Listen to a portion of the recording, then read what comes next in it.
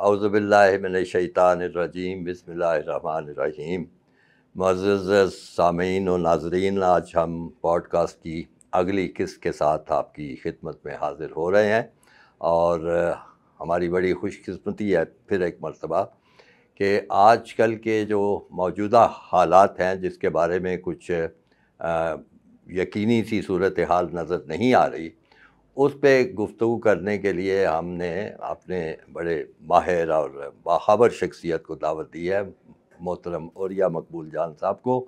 हम उनसे आजकल के हालात में के बारे में बात करेंगे और उनके जानना चाहेंगे कि क्या हो रहा है, क्या होने वाला है, उनकी नज़रों में कौन ऐसी इस वक्त शख्सियत है जो कि मामलात का रुख मुतय्यन कर रही है और आइंदा आने वाले हालात में उसका बड़े कलीदी और अहम रोल होगा। बहुत शुक्रिया जनाब औरिया साहब, आपने दावत कबूल की। तो आपकी मेहरबानी। तो कुछ बताइए, लोग बड़े बेताब हैं जानने के लिए क्या ये बात। अच्छा खालिद साहब, सबसे अहम बात ये है कि हमेशा से ये होता चला आया है। एक तो ये है कि बिल्कुल शुरू में, आप तो ज़ाहिर बात है मुझसे सीनियर हैं और हेल्म ऑफ अफेयर्स पे रहे हैं उस ज़माने में, कि इस्टेब्लिशमेंट को कभी कोई मुश्किल पेश नहीं आती थी हुक्मरानी करने के लिए।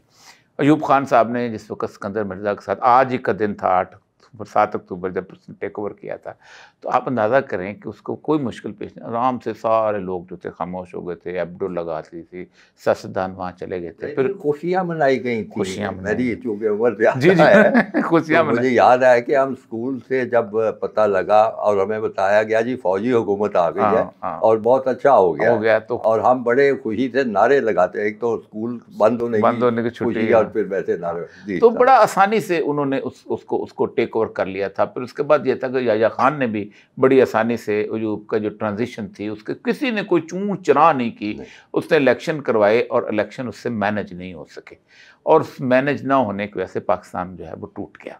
क्योंकि अगर ज़ाहिर बात है, अगर वो मैनेज कर लेते, अगर जिस तरह उन्होंने हिसाब लगाया था, इंटेलिजेंस एजेंसीज़ की जो रिपोर्ट्स कहती हैं उस वक़्त कि मगरबी पाकिस्तान में भी कोई एक पार्टी जो है वो अक्सरियत नहीं ले सकेगी।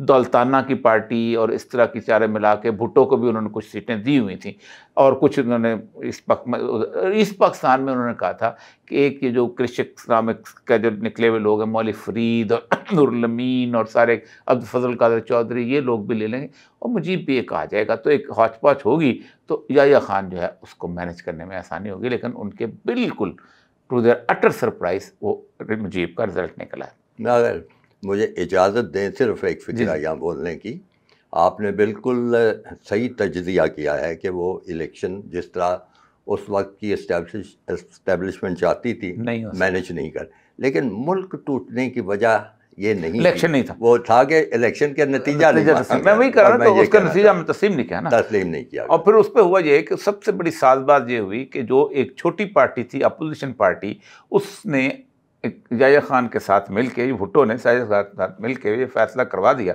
कि हमने इक़्तिदार नहीं देना उसको। अच्छा, उसके बाद फिर भुट्टो के दौर में 77 में दोबारा जब ज़ियाउल हक ने टेक ओवर किया, उसको भी बड़ी आसानी से टेक ओवर, मिठाइयाँ बटी उस वक़्त भी लोग। हालांकि ये थी कि जो PNA की पूरी पार्टी थी, वो मुफ्ती महमूद का मशहूर ख़त है कि हमें साथ मिलाएं, हम आपको मदद करते हैं इलेक्शन कराने के लिए। वो जब शामिल हुए तो जिस दिन भुट्टो को फांसी दी उसने, उसके कोई 15 दिन के बाद उसने सबको निकाल दिया, फ़ारग कर दिया कि जाओ जाओ तुम्हारा काम तो हो गया। बड़ी आसानी से इस्टेब्लिशमेंट टेक ओवर कर लिया। फिर बेनज़ीर से लेके अब तक ये मैनेज करते आए कि पीछे बैठ के इधर करके, नहीं मैनेज हुआ तो मुशर्रफ खुद आ गया, अमेरिका सब कुछ मौजूद। पहली दफ़ा खालिद साहब ऐसा हुआ है कि गुज़श्ता तकरीबन 1.5 साल से, जब से इन्होंने रजीम चेंज की है, इस्टेब्लिशमेंट के हाथ और पाँव फूले हुए हैं कि मैनेज नहीं हो रहा। और उस मैनेज ना होने की वजह ये है कि एक तो ये है कि पूरी पार्टी रिट्रीट कर गई है, इमरान खान रिट्रीट नहीं कर रहा, वरना इससे पहले आपने जिसको चाहा है, जिसको ऑफर दिया, आपने कहा ताला मैंगल साहब लंदन में रहेंगे, उनका रहेंगे। हालांकि मैं उनके खुददार के घर को मैं जानता हूँ, उनके पैसों को जानता हूँ, कोई वहाँ से इतने पैसे नहीं बनते कि मैंगल साहब जो वहाँ रह सकें। वली खान साहब कहाँ रहेंगे, आएंगे जाएंगे, वो भी करते रहे वहाँ पर जा। फिर उन्होंने कहा कि अच्छा तुम नवाज शरीफ साहब रहेंगे, उन्होंने रहे, जरदारी रहेंगे रहे, बेनज़ीर रहे, जिसको जब चाहे उन्होंने मुल्क से बाहर भेज दिया और फिर उसके बाद वो खुल खेले। तो आपकी बात से ये नतीजा निकालना दुरुस्त होगा कि इस दफ़ा इस मैनेज ना हो सकने की वजह जो है वो एक शख्सियत है इमरान। उसकी दो वजह सर, 5 तरीके हैं इलेक्शन में धांधली करने के। मतलब मैंने कोई 4 दफ़ा 5 करवाई हुई है आपने? नहीं करवाई नहीं हुई 5 दफ़ा मैंने इलेक्शन करवाई हुई एज ए रिटर्निंग। और तो मुझे पता है कि धांधली के 5 सबसे पहला तरीका जो होता है कि आप जो हैं ये हल्का बंदियों में धांधली करते हैं। ठीक, जाट के वोट गुजर में डाल दिए ताकि जाट ना जीत सके। इसी तरह अपना यूसुफजई के वोट जो हैं वो उसमें डाल दिए। जो भी तरीक़ेकार होता है, असेंबली वो बनाई जाती है, एथनिक लाइन्स के ऊपर हल्के बना दिए जाते हैं। इमरान खान की पॉपुलैरिटी का लेवल ये है कि वो इन हल्कों से निकल गया है। अब उसके लिए नज़दीक जाट उधर जाए, मैंगल उधर जाए, काकड़ इधर जाए, ना जाए, उसको कोई फ़र्क नहीं पड़ता। बरादरियों की अब उसकी ज़रूरत नहीं, अहमियत नहीं रह गई, उसकी जो पॉपुलैरिटी का लेवल है, रेलेवेंस नहीं रह रेलेवेंस है। मतलब जो उन्होंने मरीम नवाज़ ने जो सर्वे करवाया है, जो सर्वे 3 सर्वे लेके गई है वो यहाँ से, उसमें नज़दीक मरीम नवाज़ के कराए हुए सर्वे के नज़दीक 60% पॉपुलैरिटी जो थी वो पीटीआई की थी, और उसमें सेकंड पॉपुलर जो था वो साद रिजवी था, थर्ड पॉपुलर नवाज शरीफ था। मतलब और यही गैलप का सर्वे है। 3 सर्वे हैं, तब तो खब ऑब्वियस हो गया। और गैलप वो है जारसफी गिलानी, आप जानते हैं इनके घर का आदमी है, जिस तरह का सर्वे चार वो भी ये सर्वे मैनेज नहीं कर पा रहे। तो एक तो ये उससे दूसरी सब धांधली होती है कि आप कैंडिडेट मैनेज करते हैं। मसलन आप मेरे मुकाबले पे खड़े हैं, मैं आपके मुकाबले खड़ा, मुझे उन्होंने हरवाना है, तो जितने मेरे साथी होंगे ना बंदे, उनको कहेंगे तुम भी खड़ा हो जाओ। वो मेरे एक पार्ट बंदे को खड़ा, खबरदार बैठा तुमने, उसे आपके 4 जो मुखालिफ हैं उनको बिठा दिया आपकी बरादरी के, तो मैनेज करते हैं। इस तरह आपको कहा फलां पार्टी में शामिल हो जाओ। इमरान खान जो इलेक्शन लड़ेगा तो उसके लिए भी इस चीज़ से भी वो निकल गया हुआ है। उसको अब कैंडिडेट की अहमियत ही ख़त्म हो गई है। मतलब रास उस्मान डार की माँ ने ऐलान किया है कि मैं इलेक्शन लड़ूंगी, सियालकोट की फ़िज़ा बदली हुई है, आपने तो उस्मान डार को ख़त्म कर दिया। तो एक तीसरा सर उसके बाद ये होता है, जब ये इन दोनों से आप निकल आते हैं तो फिर आप इलाकाई लेवल पे उसको मैनेज करते हैं। आप करते हैं वोट इधर से उधर कर देते हैं। मैं शादबाग वाले का वोट जो है वो शदरा में डाल दिया, शदरे को जो बहुत दफ़ा होता है ताकि कहीं डिस्टर्ब हो जाए सिचुएशन जो है, और बहुत सारे लोग वोट ना दे सकें, उससे भी वो पॉपुलैरिटी इसकी जो इस लेवल की है वो एनकम्पास करती है। बाकी आखिरी होता है सर इलेक्शन के दिन। मैं एक दिन बैठा हुआ था, कुछ तकरीबन 4 एक्स चीफ सेक्रेटरी बैठे हुए थे, मैं नाम भी नासर कोसर साहब बैठे हुए थे, तैमूर उस्मान बैठे हुए थे, और 1-2-3 लोग बैठे हुए थे, जावेद। इलेक्शन के दिन धांधली नामुमकिनात में से हो चुकी है, इम्पॉसिबिलिटीज़ में से है कि उसकी एक वजह ये औलिया साहब, आम इलेक्शन के 1-2 दिन के बाद ख़बरें छपना शुरू हो जाती हैं कि रात को देर कर दी थी डब्बे भेजने में और डब्बे ले जाते हुए वो बदले गए। वो अब सर अब होता है, लेकिन ऐसा नहीं हो पा रहा। उसकी 2-3 वजूहत। पहले होता था, पहली बात तो ये है कि 70,000 के करीब जो हैं आपके पोलिंग स्टेशन होते हैं। 70,000 के अंदर आपकी जो डिप्लॉयबल पुलिस है वो 1,10,000 के करीब है। थाना खाली नहीं कर सकते आप, और बहुत से चीज़ें। तो 1 या 2 सिपाही आते हैं एक पोलिंग स्टेशन के ऊपर, जबकि पोलिंग स्टेशन छोटे से छोटे पोलिंग स्टेशन पे 300-400 बंदा ज़रूर खड़ा होता है। और अगर एक हंगामा बिल्ट हो जाए तो 2 सिपाही, जो रेंजर तो आपने वहाँ रखी हुई थे उसके ऊपर, तो रेंजर किस किस पोलिंग स्टेशन में पहुँचेगी? 30-35 हज़ार रेंजर पूरे पाकिस्तान में तो घूम सकते हैं। ये आपकी तमाम तफसीलात। उसके एक और मैं अर्ज़ करूँ, उसमें और अर्ज़ करूँ सर, 3 इलेक्शन इन्हीं गौसी गवर्नमेंट ने करवा के देख लिए। नंबर 1 पहला इलेक्शन उन्होंने करवाया 20 बंदों का, जिनको सुप्रीम कोर्ट ने नाअहल करार दिया था। ये 20 सीटें वो थीं जो इस्टेब्लिशमेंट की अपनी सीटें होती थीं, मसलन भक्कर की सीट, मसलन खानेवाल की सीट, नवानी की, नंगयाल की, ये सारी सीटें। All odds were against Imran Khan. Hamza Shahbaz chief minister, उसके बाद चीफ इलेक्शन कमिश्नर आपके दोस्त का दामाद, ठीक, और उसके बाद कमर जावेद बाजवा जो है वो चीफ ऑफ आर्मी स्टाफ। इससे ज़्यादा तो ऑड नहीं हो सकती ना। उसके बाद 20 की 20 सीटें वो जीत गया, क्योंकि मार्जिन इतना ज़्यादा होता है कि आप कवर नहीं कर सकते। ठीक, उसके बाद इन्होंने 7 सीटें सिलेक्ट की जिनमें सबसे कम वोट थे। बस अली मोहम्मद खान की सीट थी, 150 वोटों से जीतता हुआ था। मतलब कराची की सीट थी, मतलब मुल्तान की सीट थी, मतलब डेरा इस्माइल खान की सीट थी, जहाँ से पीटीआई इतने से मार्जिन, उन्होंने कहा थोड़ा सा जोर लगाएंगे, इमरान खान आउट। उस 7 में से 6 सीटों में जीत गए। एक शाहमूद कुरैशी की सीट तो नहीं जीता। उस तोर की सीट उन्होंने खाली किया, वज़ीर-ए-आज़म को नायल किया, वो आज 12 दिन हो गए उसका ऐलान नहीं कर रहे कि वो जीत चुका हुआ है। डेरा इस्माइल खान ने वो तो अब उन्होंने तजर्बा करके देख लिया है कि इलेक्शन के दिन धांधली करना उनके लिए मुश्किल होता है। ये बहुत ही दिलचस्प तजज़िया आपने किया, और सच्ची बात यह है कि आम लोग तो सोचते ही नहीं इसके बारे में, कभी गौर नहीं किया। जिस तरह आपने सीट टू सीट पूरा तजज़िया पेश किया है, तो मेरा ज़हन इस तरफ ये जा रहा है कि ये रवायती जो ज़मीनी हक़ाइक़ हैं हमारे मुल्क में इंतखाबात के, वो बदल चुके हैं। यानी एक वजह सिर्फ और आज इमरान खान, वजह सिर्फ इमरान खान है। आज वो फैसला करे कि मैं बैग बांधता हूँ और मैं जमायमा के पास अपने बच्चों के साथ जाके आराम से जिंदगी करता, आप सोचें 50% का लेवल रह जाता। उसकी रेजिलियंस, और आप मुझसे 10,000 गुना ज़्यादा बेहतर जानते हैं कि उस शख्स की शख्सियत जो थी, मतलब आप भी देखें ना, कोई रगड़ कोई मतलब वर्कशॉप में काम करने वाला तो बंदा नहीं, एचिसन में वो पड़ा हुआ बंदा है, नाजो नेम में पला हुआ आदमी है। पूरी ज़िंदगी उसने इसी तरह की गुजारी है कि जिसके अंदर शायद कांटा भी ना चुभा हुआ हो। अपनी मर्ज़ी से शिकार खेलना या अपनी मर्ज़ी से पहाड़ पे जाना, ये बिल्कुल और चीज़ होती है। लेकिन एक 6 बाई 4 फुट के कमरे में बंद होना और आपको एक क्लस्ट्रोफोबिक सूरत हाल में रहना, और उसके साथ साथ आपको उसको आपकी पूरी एक्टिविटी, ये बहुत मुश्किल काम होता है। इसके अंदर जिंदा रहना बहुत मुश्किल। और एक दूसरा आदमी तो चलो, नवाज शरीफ साहब तो वो भी इसी तरह के मरंजा मन जानता, उनके भी सोने के चमचा लेके पैदा हुए, तो वालिद उनके होंगे कभी गरीब, लेकिन नवाज शरीफ के जब बचपन में तो गरीब नहीं थे। उस वक्त तो वो ठीक ठाक लोग थे उस वक्त तो वो भी इतनी इसी तरह पड़े थे, लेकिन उन्हें बर्दाश्त नहीं हुआ। इसके मुकाबले के अंदर ये जो सूरत है, मतलब आप देखें बेनज़ीर की जो थोड़ी बहुत इज्जत रही है 1988 के इलेक्शन में, इस वजह से उसने सखर जेल काटी थी और लोगों को पता था कि उसने गर्मी के अंदर से, अगरचे कि वो आखिर एक वक्त आ गया था कि वो पाकिस्तान को उसने कंप्रोमाइज़ करके पाकिस्तान छोड़ के वो चली गई थी। और फिर वो 84 में, जब आपको याद है कि 86 में आई थी जिस वक्त, तो ये पूरे का पूरा लाहौर जो था उसके इस्तकबाल में था। ये आपने बात ऐसी कर दी है कि मेरी तवज्जो जी, आपको इमरान खान के ऐसा है क्या इब्तदाई, बिल्कुल मैं इस पे कुछ बातें आपसे शेयर करना चाहूँगा।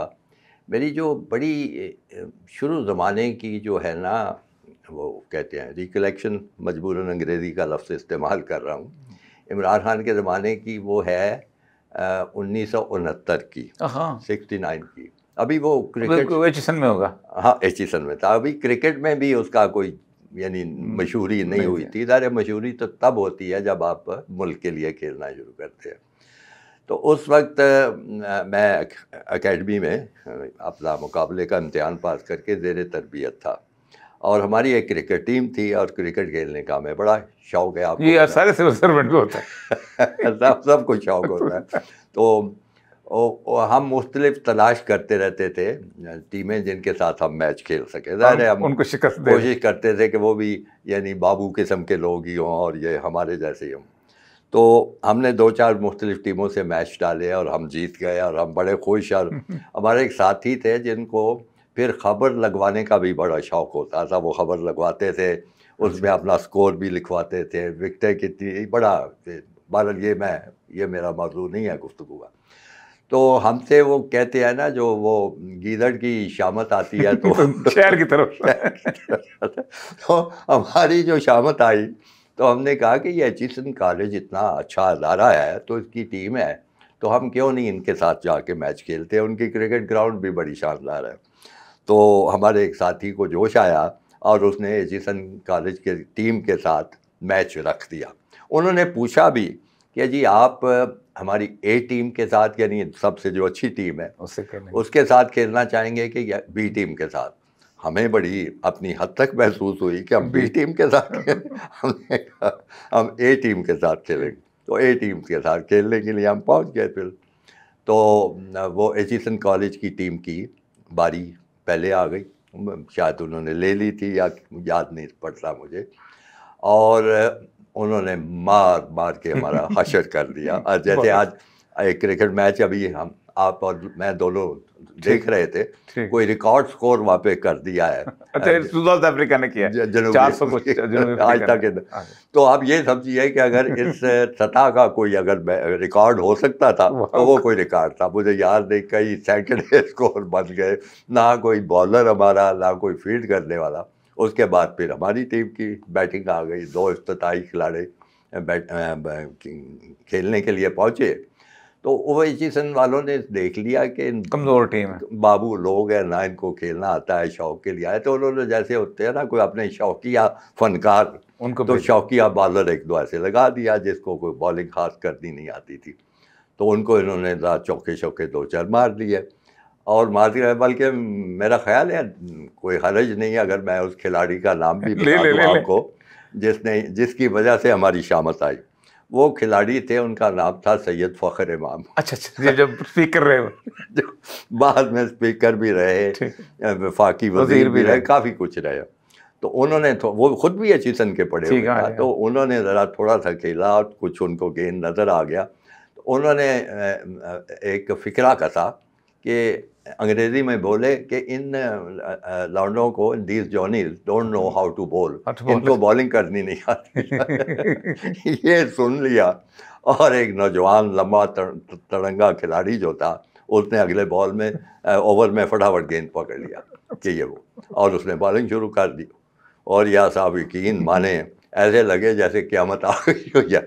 तेज़ रफ्तार, कभी बाउंस कर रहा है, कभी, वो खिलाड़ी था इमरान खान। अब ये बस खुशकिस्मती की बात थी कि कोई हादसा नहीं पेश आया, वरना वो कोई गेंद कान के इधर से जा रही थी, कोई इधर से जा रही थी, कोई उधर से जा रही थी, और जिस खौफनाक अंदाज में उसने बॉलिंग की तो हम परेशान हो गए। बाद में फिर पता लगा कि इसका नाम इमरान खान है। उस वक्त उसके जो माजिद खान थे ना, अजीज़ो कारब थे, वो उसकी हवाले से पहचाना जाता, उसी हवाले से ये माजिद खान का कज़न है और सारा कुछ। और फिर हमें पता चला कि ये बड़ा सख्त है, यानी अगर इसको चैलेंज किया जाए ना तो वो फिर छोड़ता नहीं। ये उसको उस ज़माने की बात, उस ज़माने की मैं आपको बता रहा हूँ कि वो चैलेंज हुआ कि इनको बॉलिंग नहीं आती। उसने कहा अच्छा, या वरना उसका कोई इरादा नहीं था, बिल्कुल नहीं। उसने कहा कि फिर मैं बॉलिंग करके दिखाता हूँ। फिर उसने बॉलिंग करके दिखाई और हम बड़ी मुश्किल से जान बचा के वहाँ से चले आए। आप क्रिकेट बोर्ड में इनके साथ रहे हैं, ज़ाहिर बात है इमरान खान आप उस ज़माने में खेलता था, सब कुछ करता था। इसकी वैसे ओवरऑल उसकी जो रवैया जो है उसके अंदर ये जो प्रिंसिपल स्टैंड जो होते हैं, जी प्रिंसिपल, वो उसमें ये रवैया मुझे याद पड़ता है। इसने पहला जो इसकी सिलेक्शन हुई थी ना टीम के लिए, वो हुई थी 1971 के लिए, जब पाकिस्तान की टीम इंग्लिस्तान का दौरा करने जा रही थी। उसमें अच्छे मशहूर खिलाड़ी थे, इंतखाब आलम उसके कप्तान थे, माजिद खान भी उसमें थे बाकी। तो उसमें वो लगा हुआ था एक कैंप जिसमें ट्रायल हो रहे थे, आजमाइशी लगे हुए थे सारे। तो उसके बाद वो टीम अनाउंस हुई तो इमरान खान की मैंने कैफियत बताई। वो बहुत ही, यानी उस वक्त तेज़ बॉलिंग कर रहा था सब कुछ, लेकिन अभी बिल्कुल आप रॉ हैंड था, बच्चा ही था ना बाप। उसने एचिसन से पढ़ के निकला होगा, क्या उम्र होगी, 18-19 साल होगी सारा कुछ। तो जब टीम का ऐलान हुआ तो ये मुझे शफकत राना ने सुनाया, साहब हमारे टेस्ट क्रिकेटर। तो शफकत राना शायद उम्मीद रखते थे कि उनकी सिलेक्शन होगी, लेकिन नहीं हुई। तो टीम अनाउंस हुई तो उसमें इमरान खान का नाम भी था। तो ज़ाहिर वो ख़ानदान जो है वो पूरा ही क्रिकेट में है। डॉक्टर जहांगीर खान साहब थे, वो भी थे, वाइस चांसलर जो होते थे यहाँ पर। जी हाँ, तो वाइस चांसलर गवर्नमेंट कॉलेज के प्रिंसिपल थे। वो प्रिंसिपल थे, उसके जिमदार कॉलेज के प्रिंसिपल रहे डॉक्टर जहांगीर, जो शोबा तारीख से वाबस्ता थे। तो वो इमरान का नाम आ गया। तो शफकत मुझे बताते हैं कि जब अनाउंसमेंट हुई तो शायद इमरान नहीं था या नहीं उसने सुना, तो उसने उसको कहा कि इमरान तुम सिलेक्ट हो गए और तुम्हारा चुनाव हो गया। तो बड़ा उसका जो अपना जलंधरी लहजा है गुफ्तगू, नहीं यार क्या तुम मजाक कर रहे हो मुझसे, सारा बिल्कुल कॉलेज से निकला। उन्होंने कहा नहीं हो गए हो, चेक कर लो। फिर वो चेक कर लिया गया। तो मैं इस बात से इंतहाई उसकी से मुतासर इसलिए हूँ कि वो जितना उसको ख्याल था कि मेरिट पे सिलेक्शन होनी चाहिए, वो अभी ज़हनी तौर पे शायद अपने आप को तैयार नहीं समझता था। और बाद में यानी मैं इसकी दाद दिए बगैर नहीं रह सकता कि इसने अपनी कई तहरीरों में और शायद किताब में भी जिक्र किया है कि मेरी जो पहला चुनाव था क्रिकेट के लिए वो नेपोटिज्म का नतीजा था। यानी कभी आपने सुना है किसी खिलाड़ी को कि आपने चुनाव मेरे जो रिश्तेदार थे क्रिकेट तो उन्होंने कर दिया, वरना मैं उस वक्त बड़ी बात सिलेक्ट तो मैं उसकी इस बात से बहुत ही मुतासर हुआ हूँ और हमेशा मुझे ये कर दिया। एक दफ़ा मैंने उसने कहा तो, और मैं क्या कहता, मेरे से कोई बेहतर लोग होंगे सारा कुछ, लेकिन चुन लिया गया। और उस वक्त उसका वो कोई कामयाब दौरा भी नहीं था, उसको खिलाया भी गया एक टेस्ट मैच, लेकिन हमेशा उसने इकरार किया कि ये उसका अकरबा परवरी का नतीजा था। मैं इसकी इस बात से बहुत ही उसको एडमायर करता हूँ। और यकीनी तौर पे आप देखें कि जब उसको ये अब 3-4 साल का मौका मिला है तो उसमें कम से कम उसने गलतियां भी की होंगी, गलत बंदों को भी मौके दिए होंगे, लेकिन किसी में भी कोई जाती उसका मौका नहीं था, उसका बैगेज है ही नहीं, कोई नहीं है ही नहीं। तो ये आप देखें कि यानी वो उर्दू में मुहावरा बोलते हैं कि होनहार बिरवा के चिकने भाई, शुरू में ये चीज़ें थी जो उसके साथ चली आई। और बाद में भी आपने पूछा कि उसका रवैया कैसा था, वो बहुत ही ज़्यादा मैं समझता हूँ कि जिन लोगों को एडमायर करता था उनके सामने बड़ा मुअद्दब और ठीक ठाक रहता था। मुझे याद पड़ता है मैं उस वक्त तक क्रिकेट बोर्ड का सेक्रेटरी भी बन चुका था और अक्सर मुलाकातें सीनियर खिलाड़ियों से होती थी। अब मैं बहुत यकीनी तो नहीं कह सकता, लेकिन मुझे कुछ ऐसे ही याद पड़ता है कि मुलाकात चेयरमैन से मुलाकात करने के लिए आते थे, लेकिन कभी कभी चेयरमैन साहब होते थे अब्दुल हफीज़ कारदार, वो बड़े दबंग किस्म के चेयरमैन थे, तो वो कभी कभी वो यही समझ के कि ये क्या लंबी गुफ्तगू होगी, तो कभी कभी अपने बोर्ड के सेक्रेटरी को आगे बढ़ा देते थे। और फिर वो मैं होता था, बज़ारे कमरे में छोटे कमरे थे, 2-4 कुर्सियाँ होती थी, तो उस वक्त भी इमरान जो थे वो पीछे अपने कज़न के माजिद वगैरह के पीछे कभी कभी खड़े होते। 1-2 मौक़ों पे मुझे याद पड़ता है। यानी अदब, आदाब, हिफ्ज़ मुरातब का ख्याल जो था उस वक्त भी बहुत ज़्यादा। मैं तो खैर अपने आप को इतना खुशकिस्मत समझता हूँ खालिद साहब कि वो तमाम जितने भी अपना एंकर्स हैं, कामरान, फलाना, काशिफ, ये मुझे औरिया साहब कहता है। ये लोग भी हैरान होते हैं कि ये तुम्हारे साथ ये रवैया क्यों है, पता नहीं क्या बात है उसकी, सिर्फ किसी और को नहीं कहा। बड़े तो ये आपने कहा कि वो, अच्छा ये मुझे बताइएगा कि ये जो उसके बारे में कहा जाता है कि ये न्यूट्रल एम्पायर्स लेके आया है, ये वाकई उसका कारनामा? बिल्कुल 100% इसके तो मैं खुद गवाह हूँ तारक। लेकिन उससे पहले एक और बात मुझे जो याद आ रही है इन बातों से, ये 1982 में पहली दफ़ा पाकिस्तान का कप्तान इसको बनाया गया। एक बाकायदा बगावत कह लें हुई थी, क्योंकि जो भी क्रिकेट बोर्ड का कप्तान था उसके ख़िलाफ़ बगावत हुई और फिर ये तय पाया कि नया कप्तान बनना चाहिए। तो फिर इन्होंने सोचा कि अब जो कोई नौजवान खिलाड़ी को मौका दिया जाए। तो पूरी टीम का जो था हाथ ज़ाहिर है उसमें माजिद खान की भी बड़ी कंट्रीब्यूशन थी। तो टीम का जो चुनाव था या वोट था वो इमरान खान के हक़ में था कि ये इसको आप मौका दें। बाहर के लोगों को नहीं समझती, बाहर के लोग समझते थे कि अभी तो इतना बच्चा है, साल ने तजर्बा नहीं है, तो इसको बनाया गया। इसका मतलब ये था कि उसके जो सीनियर साथी थे वो उन्होंने देखा इसमें टैलेंट है, क़यादत की खूबियाँ थी देखी। लेकिन अब आप देखिए कि वो कज़न, वो रिश्तेदार, खाला का बेटा, सब कुछ, और एक उसका बड़ा यानी जिसको वो आइडियलाइज करता है, अभी भी बात करता है, अभी भी करता है। सबसे पहला काम मौसूफ ने जो किया था उसको टीम से फारग कर दिया। ये नहीं थी कि कोई उससे परखाश थी या उससे कोई दुश्मनी थी, सिर्फ उसने उस बुनियाद पे कि अब इनकी उम्र जो है ऐसी हो चुकी है और वो उनका जो खेल का मेयार वो नहीं रहा। ये औरिया साहब इस मुल्क में कम ही लोग हैं जो ऐसे कर सकते हैं। मैं तो उसकी वजह से उसको बड़ा एडमायर करता हूँ। अगरचे माजिद ने उसका बहुत बुरा मनाया और बहुत सारे साल उनकी आपने आपस में यही फिजुल्ला न्याजी साहब का भी यही मसला है, आपस में गुफ्तगू भी बंद रही। लेकिन देखिए मैं हैरान होता हूँ कि हम जिस चीज़ को एक अच्छी चीज़ है उसको क्यों नहीं हम अप्रिशिएट कर सकते, पसंद करते। तो इसने वो किया, उसका रिश्तेदार है तो बेशक 50 साल तक खेलता है। 50 साल खेला, नहीं इसने ये नहीं किया। और वो 82 की टीम का बहुत ही शानदार दौरा था, बड़ा ही शानदार दौरा था। अगरचे हम वो हार के आए थे, यानी 3 टेस्ट मैच थे जिसमें से 2 इंग्लैंड ने जीते, उनकी बड़ी अच्छी टीम, एक हमने जीता था। लेकिन उन्होंने आशाश कर उठे थे अंग्रेज भी, जो इसकी बॉलिंग उन्होंने देखी और जो जिस तरह ये जान लड़ाता था ना, डिटर्मिनेशन बहुत है। मुझे याद पड़ता है आखिरी टेस्ट मैच था जिसमें जो था ना स्कोर जो पाकिस्तान का अभी कुछ 8, 10, 12 स्कोर रहता था जो कि पूरा होना था और 3 विकेटें उनकी रहती थी, 3-4 वो वहाँ पे। और गोरे समझ रहे थे कि 8-10 स्कोर की क्या बात है, अभी हम पूरा कर। लेकिन मसरूफ वहाँ भी 2-2, 3-3 तब्दीलियाँ करके फील्ड की रीसेट करके इधर करके उसमें भी जीतने के चक्कर में थे।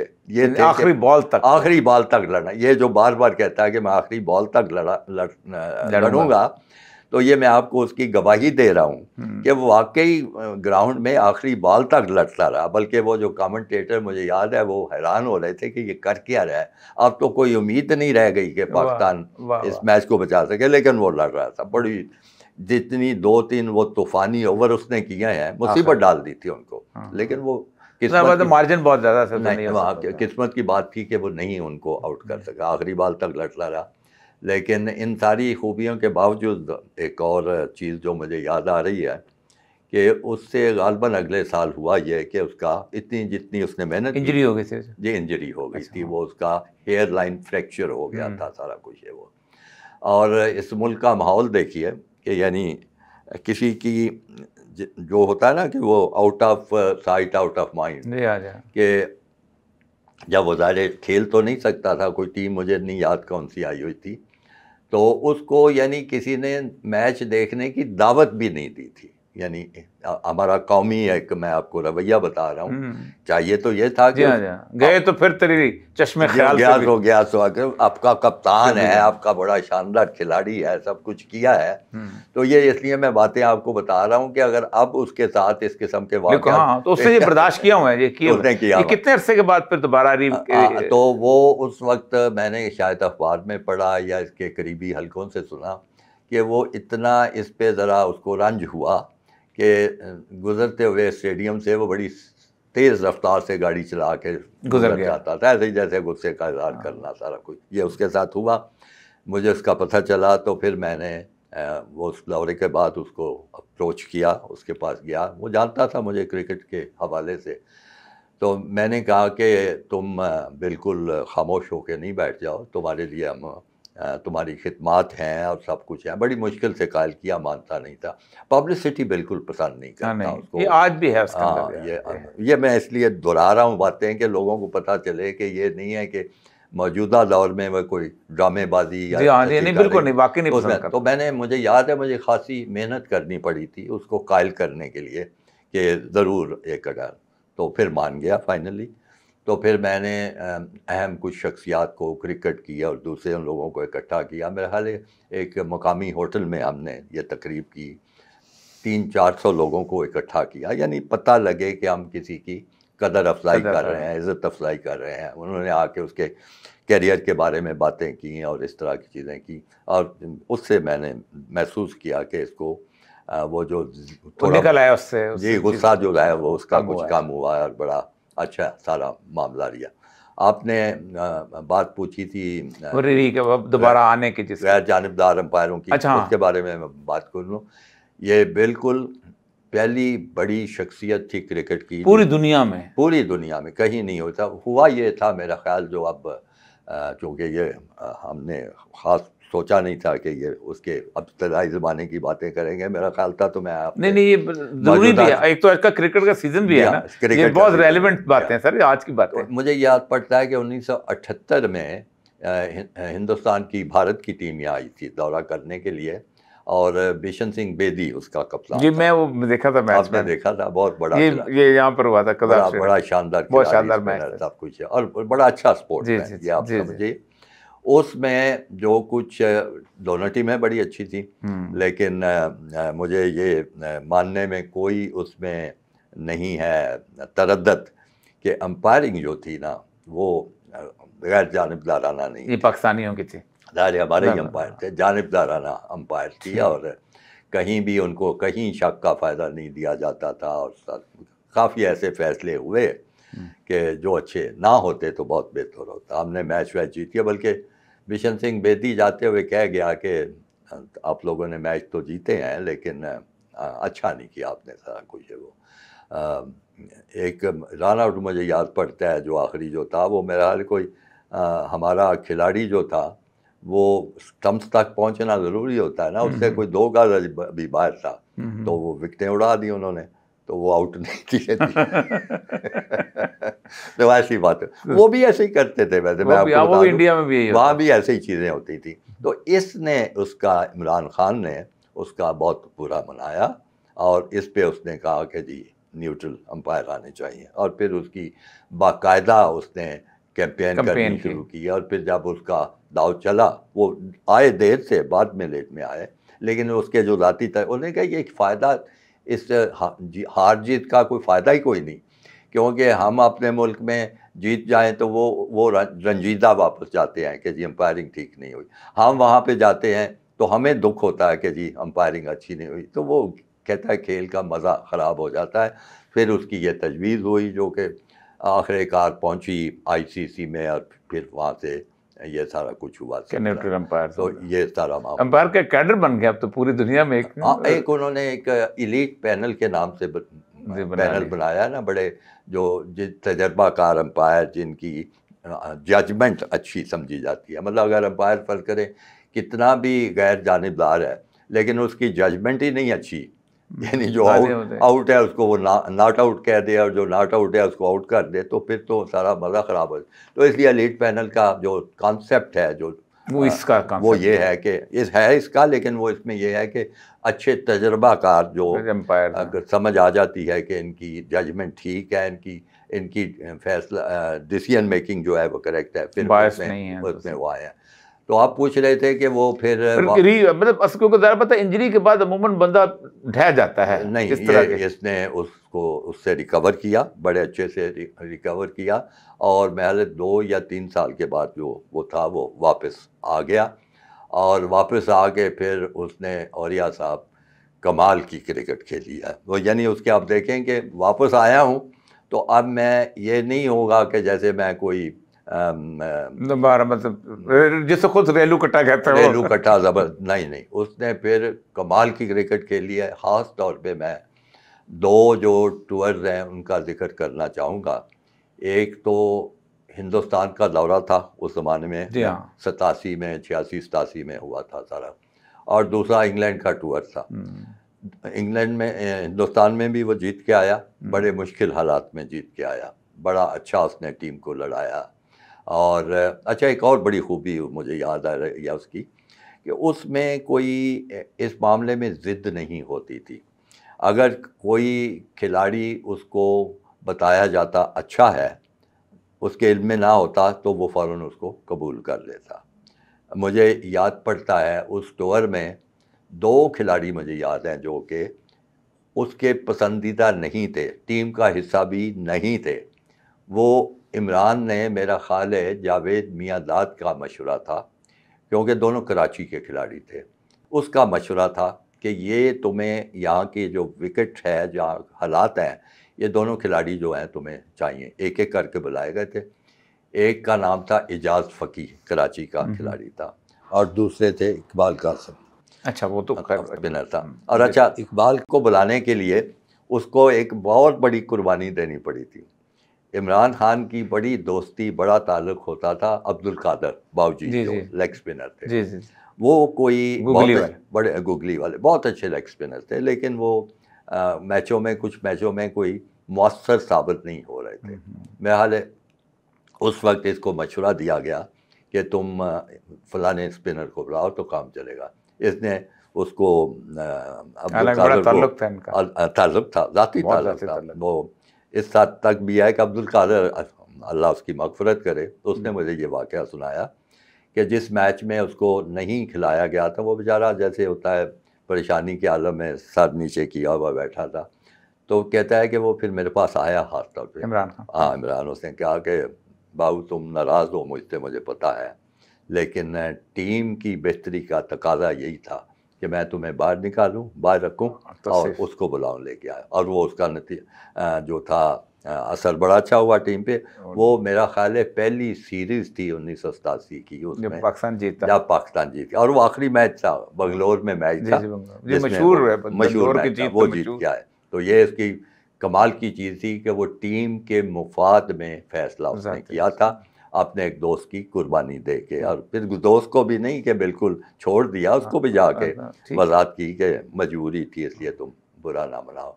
तो इस तरह के ऐसे इतने अच्छे अच्छे इसके वाक़यात मुझे, मैं तो मेरा यानी चूँकि मैंने बड़ी करीब से उसको देखा है, उसके मामला को देखा, और फिर इतनी ज़बरदस्त उसको उस वक्त तक शोहरत मिल चुकी है और सब कुछ हो चुका था। 1988 में वेस्ट इंडीज़ का दौरा था, वो भी बड़ा कामयाब उसका दौरा था, लेकिन किसी तरह की उसके मिजाज में तकब्बर या जिसको आप एरोगेंस कहते हैं वो नहीं, बिल्कुल नहीं आ रही थी, उस वक्त तक नहीं थी। बाद में आप लोग नहीं, 92 के बाद तो बिल्कुल ख़त्म हो गया था जब उसने शौकत खानम के लिए, वो भी मैं आपको बताता हूँ मामला सारा कि जब था ना उस ज़माने में, उसको मुझे याद पड़ता है वो इंडिया का ये चोर था या कोई था, मुझे अब ये नहीं याद। तो इसमें मैं इसको मुख्तलिफ खिलाड़ियों को, टीमों को दावत दी थी, तो एक दफ़ा इसको भी मैंने कहा, तो आ गया, बड़ा खुश होके आया, बैठा भी रहा। फिर ज़ाहिर है बच्चों को बड़ा शौक़ होता है, ये मेरी एक मुस्तकिल ज़िम्मेदारी बनती थी कि मुख्तलिफ बच्चे जो हैं उनकी इमरान खान से मुलाकात, और कोई बंदा भी आए वो बेजार होगा कि क्या बच्चे, लेकिन मैं इसको दाद दिए बगैर नहीं रह सकता कि जब भी मैंने कहा कि वो कुछ बच्चे हैं फैमिली के मिला, हाँ जब आप कहेंगे मैं आ जाऊँ, आ जाता था, आके बैठता रहता था, बच्चों से बड़ी प्यार करने की करता था, तस्वीरें बनाते थे, बल्कि एक बच्चा आता था, तस्वीर बना के उड़ जाता था। तो एक छोटा बच्चा था, उसको इतना कोई ये पसंद आया कि उसने इसका वो हाथ ही पकड़ लिया और चिमट के बैठ गया था। मैं आपको बताऊं कि मैं जब इसको गोली लगी हैं तो मैं हॉस्पिटल गया था, तो बहुत कम लोग, तो बेटा मेरा साथ चला गया था। आप खुद सोचें कि मुझसे ज़्यादा वो बेटे के साथ कहाँ होते हो, इराक में, मैं इराक नहीं जा सका। यही तो मैं बता रहा हूँ कि बच्चों के साथ वो, तो अब उसकी बच्चे की जो कोई अजीज़ा या वालदा उसको बुलाए खींचे, तो उसने कहा नहीं इसको रहने दे, अब ये सेट हो गया मेरे पास, जिसने तस्वीर खिंचानी है इसके साथ ही खिंचाएगा। बड़ा मुझे वो दिलचस्प याद है। तो 92 के जो बात तो बिल्कुल जैसे कहते हैं ना, वो तो जैसे कहते हैं उसने जैसे अना तकब्बर, जब भीख मांगने निकला, मैं वाकई भीख मांगने निकला था पूरे मुल्क के अंदर शौकत खानम के लिए। वो भी मैं आपको बता दूं, 92 का जो वर्ल्ड कप है 100% मैं उसका क्रेडिट इसकी क़यादत को दूंगा। ये बात ठीक है, टीम खेलती है, पूरी टीम तो खत्म हो गई, लोगों ने उम्मीदें खत्म कर दी हुई थी टीम का। आपको मैं ये बताऊं, मुझे उस ज़माने के खिलाड़ियों ने बताया है, रमीज़ राजा साहब भी गवाह हैं, उन्होंने बताया और लोगों ने बताया कि हम हर जो मैच खेलते थे वो उनका जो पूल सिस्टम था उसके तहत था कि जो भी टीम मैच हारेगी उसकी छुट्टी हो जाएगी। कहता है कि हमारी हर मैच के बाद टिकटें और सीटें रिज़र्व हुई होती थी वापस जाने की, पाकिस्तान वापस जाने के लिए, और हम उसी आलम में वो मैच खेलते थे। और ये उससे पहले जब मैच शुरू होने से पहले ये खड़े होके कहता था, ओ मैं तुम्हें बता रहा हूँ हम ये वर्ल्ड कप जीत के जाएंगे, मैं तुम्हें बता रहा हूँ। इतने वसूख से बात करता था। तो वो खिलाड़ियों का कहना है, मुझे उन्होंने खुद बताया, मैं सुनी सुनाई बात नहीं कर रहा, कहते थे कि हम समझते थे कि पैर दर पैर शिकस्तों की वजह से कप्तान का शायद दिमाग खराब हो गया वो कहाँ हमने वर्ल्ड कप जीतना है, पागल होना है। लेकिन वो इतने वसूख से कहता था, इतने यकीन से कहता था कि आहिस्ता आहिस्ता हमने उसको संजीदगी से लेना शुरू कर दिया कि यार ये कह रहा है तो कोई बात तो होगी फिर। और फिर आपने देखा कि वो टीम कहाँ से उठी और कहाँ आगे गई। 100% उसका वो क्रेडिट उसको देना चाहिए, जिस तरह उसने उस टीम को लीडरशिप क्वालिटी तो उसका। लेकिन फिर वो कौमी रवैये की बात करनी पड़ेगी सारा कुछ। वो आपने वो भीख मांगने की बात की उसके, अच्छा वो मैंने इससे पूछा, बाद में इमरान से पूछा कि इतने बुरे हालात में तुम क्यों ऐसे वसूख से कहते थे कि हम वर्ल्ड कप जीत के जाएंगे, टीम तो तुम्हारे सामने थी। बल्कि उसने टेलीफोन किया वहाँ से, ऑस्ट्रेलिया के किसी शहर से। मैं उस वक्त सेक्रेटरी नहीं था, मैं तो उससे बहुत पहले सेक्रेटरी रह चुका। उस वक्त आपका एक दोस्त सेक्रेटरी था क्रिकेट बोर्ड का, उसका नाम था शाहिद रफ़ी। अच्छा अच्छा। अच्छा, ये इन्हीं के सारे सारे जो है लाड लडाले वाले जो थे वो होते थे। शाहिद रफ़ी हो गया और उसके बाद मुजीबुर रहमान हो गया, और ये आपका शरारती तबसरा है, उस पर मैं जो तो शाहिद रफ़ी मुझे बताया कि उसका टेलीफोन आया था जब मैच हार रहे थे शुरू के इब्तदाई, तो उसने कहा कि ये क्या धक्का स्टार्ट टीम आपने मुझे दे दी, धक्का स्टार्ट नहीं जब गाड़ी का, तो ये हालात था। तो ये आ गए जीत के, फातिहाना, बड़े खुशियाँ मनाई गई, सब खुश हुआ। लेकिन अच्छा मैंने पूछा कि भाई कि क्या चीज़ थी जो तुम ये कह रहे थे कि जीत के इमरान आएंगे? से पूछा। हाँ, इमरान से पूछा। इमरान ने कहा खालिद भाई बात ये है कि मैंने तहैया किया हुआ था कि मैंने अपनी वालदा की याद में कैंसर हॉस्पिटल बनाना है, और मुझे यकीन था कि अगर मैं ये वर्ल्ड कप जीतूंगा तो तभी ये कैंसर हॉस्पिटल बनेगा, मैं लोगों से पैसे इकट्ठे कर सकूँगा। और इतना ज़्यादा यकीन था कि मेरी नीयत थी कि मैंने माँ के लिए बनाना था, मुझे अल्लाह पे भरोसा था कि मुझे अल्लाह इसमें लेट डाउन नहीं करेगा। वो यकीन था जिसकी वजह से मैं कह रहा था कि हम वर्ल्ड कप जीत के आएंगे। ये बात उसने मुझे खुद बताई थी सारी, और वो हुआ भी ऐसे। लेकिन उसका एक मनफी नतीजा ये निकला कि जो दूसरी एक टीम थी, खिलाड़ी बाकी सारे, उनको ये था कि हमारा नाम भी लेगा, तो ये तो नहीं नहीं, नाम लेने की बात नहीं थी। उसमें ये था कि अगर ये सब कुछ जो भी लोग खुश हो के अतिया दे रहे हैं और सारे दे रहे हैं, अगर वो सारे हॉस्पिटल में चले गए तो हमारे हिस्से में क्या आएगा? इनकी ये सोच थी सारी की सारी, बड़ी हाँ, ये बात तो है। हाँ, तो वो ऐसे हुआ कि फिर एक दो फंक्शन जिसमें ये गए फंड रेजिंग के लिए, इनका ख्याल था कि चलो हॉस्पिटल को मिलता है कुछ, हमारा भी बीच में दिया जाए या हमारे नाम पे ही आए। तो वो चूँकि आ नहीं रहा था, तो वो एक एक करके खिलाड़ी सारे जो थे ना, फिर तो लोग आ गए ना, अब्दुल्दार पे भट्टी जा रहा है, तो सरफत अली खान जा रहा है, वो खिलाड़ी फिर खिसकना शुरू हो गए मुख्तलिफ फंक्शन से। इसका ये ही वॉज हर्ट, सच्ची बात तकलीफ पहुंची, तो बड़ा ही इसको दुख हुआ। और मुझे याद है ख़ास तौर पे मैं इससे, उस वक्त इसने रिटायरमेंट का ऐलान कर दिया था और इसके बाजू में कुछ दर्द थी या कुछ थी, तो उसने कहा कि इस वजह से मैं मेडिकली फिट नहीं हूँ, तो मैं अब छोड़ रहा हूँ। तो मैं मिलने गया, क्योंकि अगला जो टूर था इंग्लैंड का था और बड़ा अहम दौरा था, और उसके लिए मैं चुना गया था कि मैं टीम के साथ जाएंगे, बतौर मैनेजर जाऊंगा। तो फिर मैं इसको मिलने गया कि भाई मसला क्या है, क्या हुआ, तो तुम वापस आओ सारा कुछ। उसने फिर मुझे ये सारी बात सुनाई कि जो टीम में जो खिलाड़ी जिनके लिए मैंने इतनी मेहनत की और इतना उनको एक शानदार मैच जितवाया आया, उस महज इतनी सी बात के पैसे अस्पताल में जा रहे हैं और इधर कम आ रहे हैं, तो वो छोड़ जाएं, तो मैं इस टीम की क्या क़यादत करूँगा। यानी ये मैं बहुत तकलीफ से बात, पहली दफ़ा मैं रिकॉर्ड पे आपको बता रहा हूँ। वो मेडिकल तो एक कहता है वो तो कोई मसला नहीं, 2 हफ्ते में सर्जरी थोड़ी बहुत करा के मैं ठीक हो सकता हूँ, लेकिन अब मैं इस टीम को लीड नहीं करूँगा, ये उसने मुझे बताया। ये बात बिल्कुल ठीक है, और इसके साथ अभी भी यही हुआ है कि खालिद साहब, अल्लाह तबारक व तआला ने जो भी इसके इर्द गिर्द अलाशियाँ आती हैं ना, वैसे दूर कर देता है। वो जैसे गंदगी बहुत फैल जाए ना, तो बारिश होती है तो एक धुल जाती है। ये जो इसकी हुकूमत गई है, जो मफाद परस्त किस्म का बंदा इसके साथ आके टिका था, ऐसे निकला है, ऐसे गया है मिनटों में। कुछ उसके रेजिलियंस वाले आए हैं, कुछ जो कि अभी आखिर में सामने आ रहे हैं, लेकिन उसके बावजूद भी उसको अल्लाह ने मजीद पॉपुलैरिटी और सारा वो किया। मैं इसमें आप कहेंगे कि क्या उसका कसीदा पढ़ना शुरू हो गया, नहीं, लेकिन ये वो बातें हैं, लोगों को इल्म नहीं है। उसके सियासत की आने की वजह से उसके ना करला गुनाहों का भी लोग तज़किरा शुरू। मैं आपको अंदाज़ा करें, मुझे आज इतनी तकलीफ़ हुई। मैं मौलाना फजल रहमान का एक हामिद मीर का इंटरव्यू मैंने सुना है। उससे मौलाना फजल रहमान ने कहा कि जी ये यहूदी एजेंट है। साहबजादा याकूब अली ख़ान जो हैं, ये हेनरी किसिंजर से मिले थे, तो उन्होंने कहा please look after our boy. आप अंदाज़ा करें कि साहबजादा याकूब अली ख़ान 91 में वजारत ख़ारजा ख़त्म हो गई थी। इमरान को दुनिया में जानता को नहीं था, वो 92 के बाद पॉपुलर हुआ है।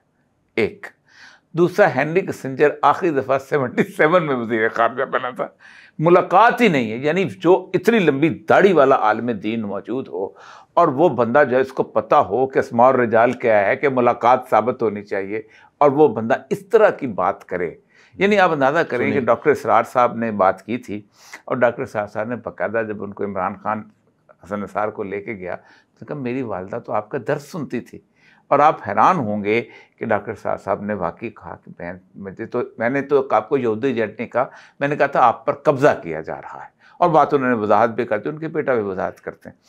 और आप सोचें कि पाकिस्तान के अंदर मैं एक ऐसे शख्स को जानता हूँ जिसको लोग तबलीग जमात वाले मुस्तजाब दुआ कहते हैं, बड़ी चीज, उस शख्स की मैं तकरीर सुन रहा था कि इसका ननिहाल यहूदी है।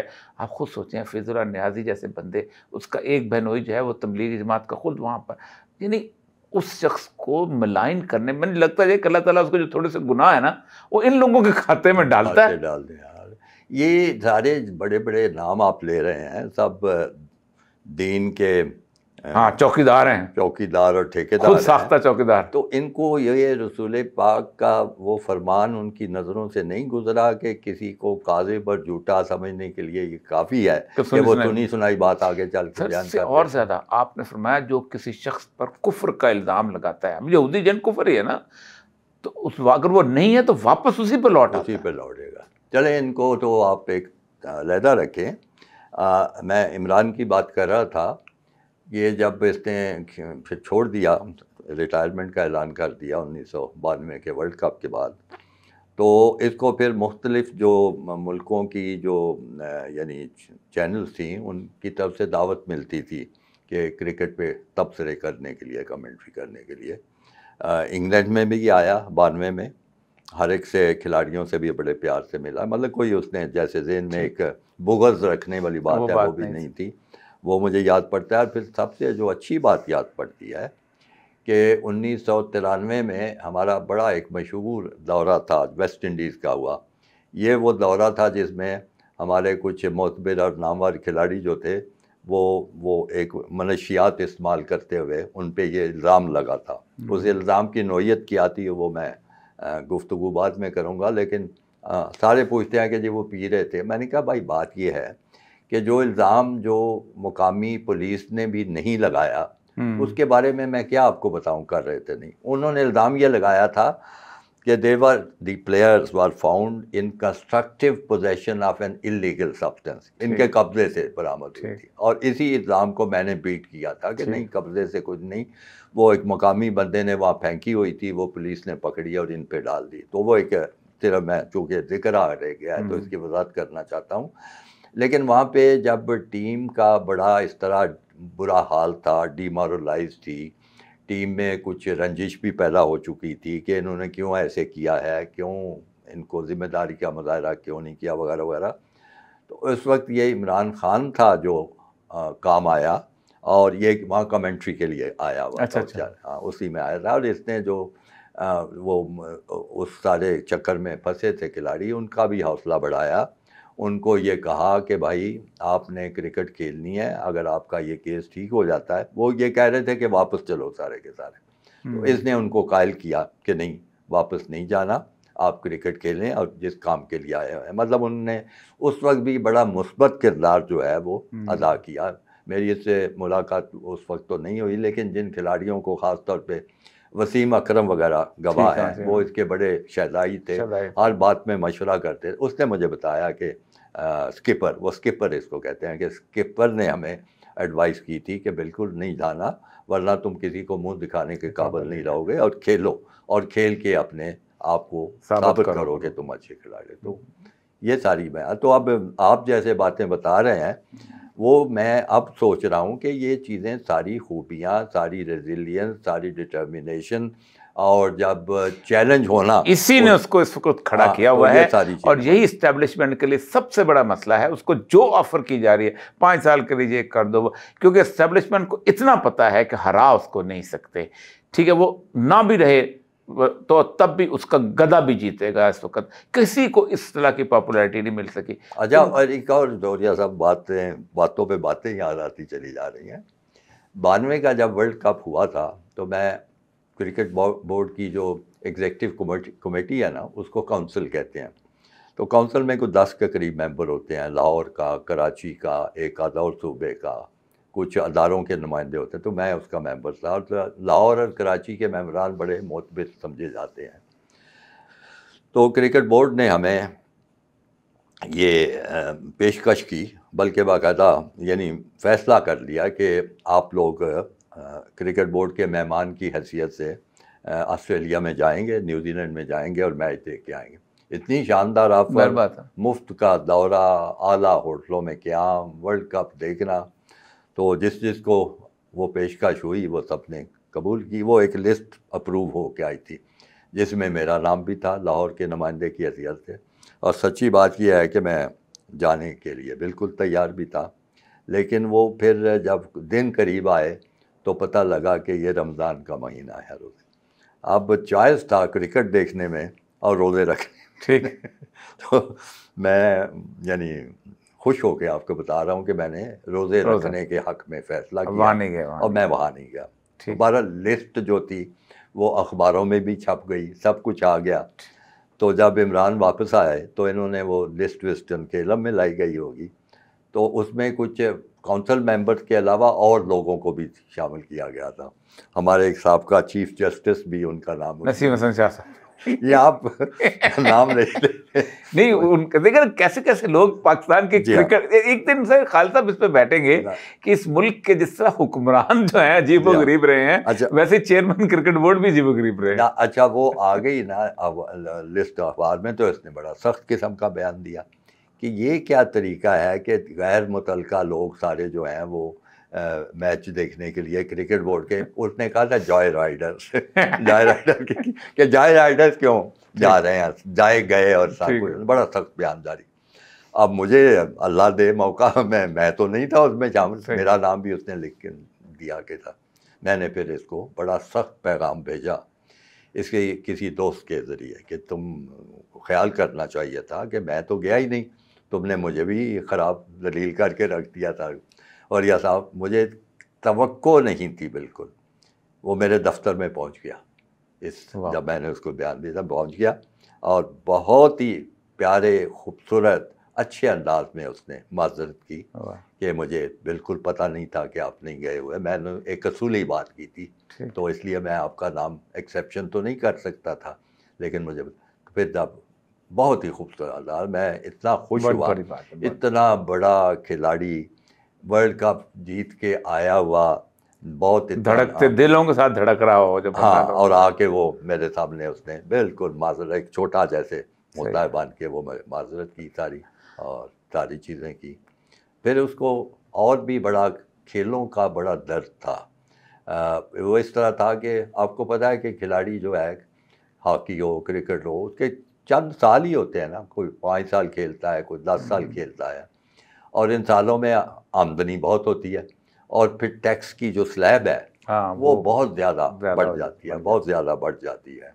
तो इसने उस ज़माने की हुकूमत में जो भी लोग थे उनसे रब्ता किया कि भाई इसका कोई ऐसा एग्जम्पशन बनाओ जी, बनाओ कि ये तो नहीं कि हम 7-8 साल में जो कमाए वो पूरे का पूरा टैक्स ही दे दिया जाए। तो उस पर वो काम शुरू हो गया, वो हुआ। बाद में कोई ख़ास उसका नतीजा ना निकला, लेकिन उसके सिलसिले में मैं चूँकि लाहौर में ही था ना, तो इसका वो क़याम जो था मुस्तकिल मेरे दफ्तर में होता था, मतलब हफ्ते 10 दिन के बाद उसने आना, मालूम करना क्या हो रहा है सारे। आप इनकम टैक्स में थे? मैं इनकम टैक्स में था। तो उस वक्त बड़ी दिलचस्प उसकी जो एक आदत थी, मुझे वैसे पता थी, तो जैसे ही वो आता, मेरा जो दफ्तर का बंदा था जो चाय पानी देने वाला, वो आता कि जी साहब चाय पियेंगे या कॉफ़ी पियेंगे, तो इमरान ऐसे लगता था जैसे उसने कुछ सुना ही नहीं।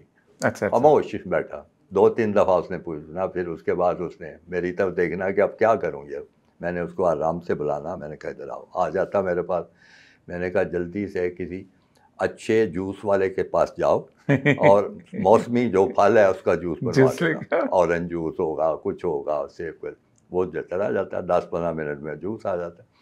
फिर उसको दावत देने की ज़रूरत भी नहीं पेश आती। खुद ही पी लेते। वो सारा गिलास पे गिलास डाल के खुश हो के, बड़ा खुश हो के पीता। मुझे पता था कि ये स्वाए कुदरती और फितरी चीज़ों के, इसका कोई चाय कॉफ़ी किसी चीज़ से लगाव नहीं है। मैं इसको इसके घर में मिलने से अक्सर परहेज़ किया करता था। आप वो एक्सरसाइज की वजह से उसकी एक्सरसाइज टाइमिंग होती बहुत ज़्यादा। नहीं, एक्सरसाइज तो वो जब फारग होता था वक्त देता था। आपको ये बताऊं कि मसलन अच्छा खासा गर्मी का महीना होगा, कोई मई जून या कोई ऐसा महीना, तो वो कमरे में ना तो पंखा चल रहा होता था ना एयर कंडीशनर, वो बड़े आराम से मसरूफ बैठे होते थे और गपशप किए जा रहे थे। तो मैंने किसी से फिर निकलते हुए, उसके कोई करीबी जो अजीज़ों में था, मैंने कहा ये क्या? उसने कहा ये तो ऐसे ही रहता है, ना इसको गर्मी लगती है ना इसको सर्दी लगती है। तो ये आजकल जो जेल के मामला में सुनता हूँ कि वो लगते हैं कि सेटिस्फाइड चला आ रहा है, कंप्लेन कोई नहीं है। नहीं, वो घर में, इसीलिए मैं आप बातें बता रहा हूँ कि घर में इसी तरह रहता था, ना पंखा ना एसी ना कुछ, अपना आराम से बैठा हूँ और महसूस भी नहीं करता था। तो ऐसे बंदे का क्या आप इलाज कर सकते हैं? आपने लिहाजा आपने जो इब्तदाई गुफ्तगू की थी जिसकी वजह से मैंने उसकी सारी, अच्छा हुआ। ये तो इस वक्त मेरा ख्याल है कि लोगों को बहुत ज़रूरी है अपने इस हीरो को याद करना। और अल्लाह ताला करे कि जो कौम की बेहतरी का मामला है लोग आए। वरना मैं इतना सर आप बताएं, दो सिनेरियो हैं। एक सिनेरियो ये है कि वो इमरान खान के साथ कोई हरकत करके इलेक्शन कराएं और वो ख़राब हो जाए इलेक्शन, उसके बाद इतना बोरस हो जाएगा कि हालात संभालना मुश्किल हो जाएगा। और दूसरा ये है कि ये एक रेगुलर इलेक्शन सही करें तो वो जीत जाए, तो फिर ये हरकतें करें जो जैसे इन्होंने पहले की। खुदा न खास्ता औरिया साहब, मैं कोई नजूमी तो नहीं हूँ, लेकिन मैंने चूँकि 1971 से पहले मशरक़ी पाकिस्तान में काफ़ी वक्त गुजारा था और उनके जो जज्बात उस वक्त मेरे इल्म में आए थे और जिसके नतीजे में वो सकूत पाकिस्तान हुआ था, अगर खुदा न खास्ता कोई भी इस तरह की एडवेंचर करने की कोशिश की तो नतीजा उनसे उससे मुख्तलिफ, इससे मुख्तलिफ नहीं वो तो अलहदा हो गए थे, ये तो आग तो अंदर ऐसी लगेगी कि इसको अब संभालना मुश्किल हो जाएगा। तो दुआ की जाए कि अल्लाह ताला सबको हिदायत दे और हमारे लोग भी समझें, अकल और होश आए। और आपका बहुत शुक्रिया, आपकी वजह से मुझे सारी बातें याद आई और करने का मौका मिला। आपसे ये मैं रिकॉर्ड पे ये वादा लेना चाहता हूँ कि मज़ीद इस तरह की गुफ्तगू में आप हमारे साथ ताउन करेंगे और साथ देंगे। बहुत शुक्रिया सर।